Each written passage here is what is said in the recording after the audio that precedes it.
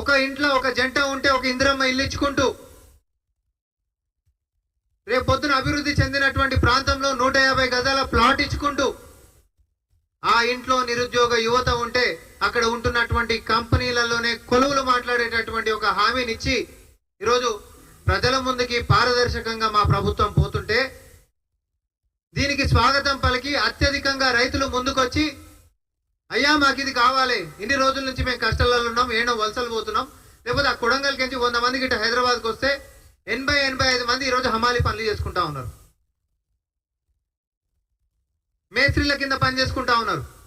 ఆ పరిస్థితి మాకు వద్దు సార్, నువ్వు ఈరోజు ముఖ్యమంత్రి అయినావు, మీరు ఈరోజు చేస్తున్నటువంటి పనికి మేము స్వాగతిస్తామనంటే కొంతమంది అమాయకపు రైతులని అబద్ధాలు చెప్పి, ఈ అబద్ధాలు చెప్పినోడు మనం మాట్లాడుకోవాలి. ఫస్ట్ అక్కడ గ్రామ సభకి సంబంధించినటువంటి దానికంటే ముంగటనే వాళ్ళతోటి మీటింగులు పెట్టి ఇక్కడ ఏదో ఫార్మా కంపెనీ వస్తుంది, వీళ్ళకి ముందే తెలిసినట్టు వీళ్ళ చోళలేదు వినిపించి బయటకు వచ్చి మన మీద ప్రకటన ఇచ్చినట్టు ఇడేదో ఫార్మా కంపెనీ వస్తుంది, ఫార్మా కంపెనీ వస్తే మొత్తం పొల్యూషన్ మయమైపోతుంది, అసలు తాగనీక కూడా నీళ్ళలో కూడా విషం వచ్చేస్తుంది, మీకు తాగనీక కూడా నీళ్లు దొరకవు, మీరు ఇక బతకలేరిడా అని చెప్పి ప్రజలకి చెప్తున్నటువంటి వీడియోలు ఈరోజు సోషల్ మీడియా మాధ్యమాల్లో ప్రత్యక్షమైనవి.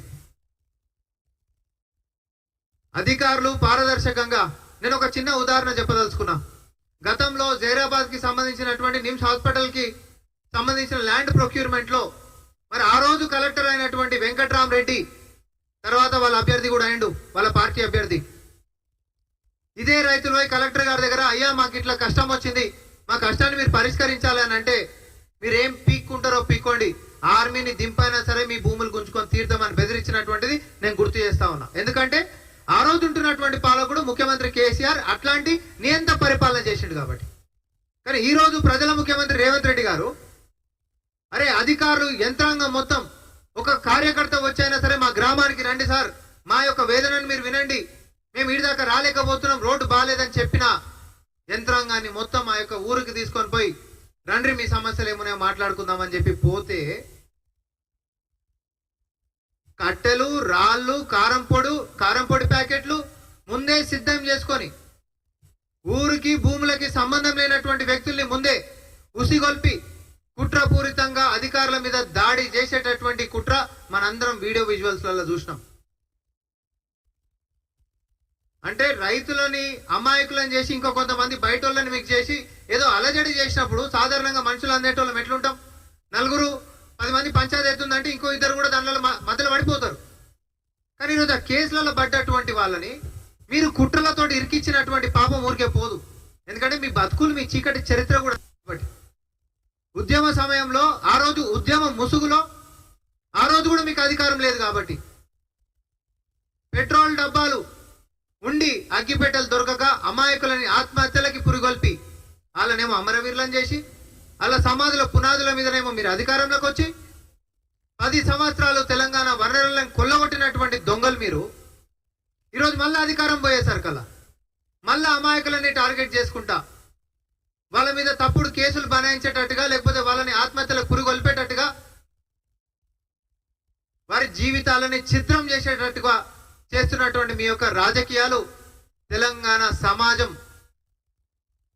చూసింది. మీ వైఖరి అప్పుడు ఇప్పుడు ఎప్పుడు మారలే. అధికారము మీకు ఉన్నన్ని రోజులేమో తెలంగాణ మొత్తం తెలంగాణ జాతి అంతా కట్టు బానిసల లెక్క మీ కాడ బతకాలని కోరుకుంటారు. అధికారం ఒకసారి పోయిందంటే వల్లకాడైనా సరే మళ్ళీ మనకు అధికారం కావాలి, ఆడు ఎంతమంది అన్న సావని అని చెప్పి కోరుకుంటారు. ఇది మీ దుర్బుద్ధి, ఇది మీ నీతి. మీ కుటుంబానికి ఎంతసేపు మీ స్వార్థం తప్ప తెలంగాణ అన్నా, తెలంగాణ ప్రజలన్నా, తెలంగాణ ప్రజల ప్రాణాలన్నా ఏ రోజు కూడా లెక్కనే లేదు. దానికి ఉదాహరణ కూడా మీరు అధికారంలో ఉన్నప్పుడే ఒక మల్లన్న సాగర్ని మనం మాట్లాడుకున్నా కూడా కన్నీళ్ళ సాగరం అని ఒక పుస్తకం చదివితే మనిషే పుట్టినోడు ఓడైనా కళ్ళలకెచ్చి నీళ్లు రాకుండా ఉండరు. ఒక్కొక్క కుటుంబాన్ని ఎంత ఛిద్రం చేసిర్రు, ఎంత అన్యాయం చేసిర్రు.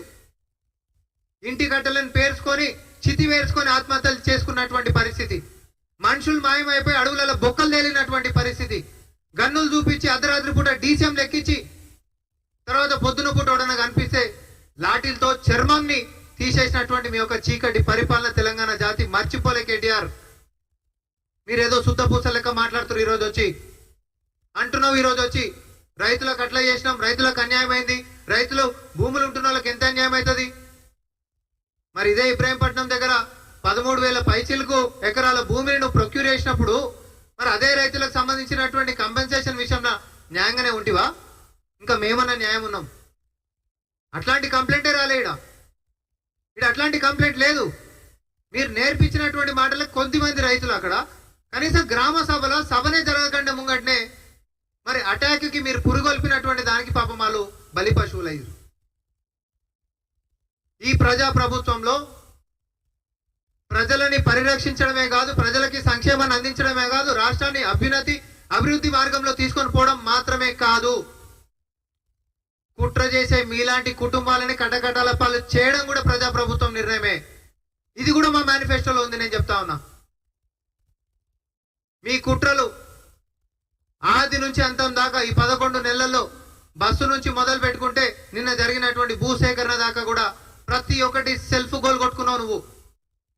నేను నిన్ను సూటిగా 2 ప్రశ్నలు వేస్తున్నా కేటీఆర్, దీనికి జవాబు చెప్పు మీడియా ముంగడికి వచ్చి. ఈ రోజు కూడా మీడియా ముందుకు వచ్చి చెప్పలేదు చిట్ చాట్ ఎందుకు చేసిండు అని అంటే డైరెక్ట్ ఎవడన్నా ప్రశ్నలు అయితే రికార్డ్ అవుతుంది కాబట్టి చిట్ చాట్ చేసిండు. ఎవడన్నా ప్రపంచంలో కార్యకర్తతోటి 42 సార్లు మాట్లాడతారా? కేటీఆర్ దీనికి జవాబు చెప్పు. 42 సార్లు సొంత నీ కుటుంబ సభ్యులతో కూడా నువ్వు మాట్లాడవు ఫోన్ చేసి ఒకటే రోజులో. దేని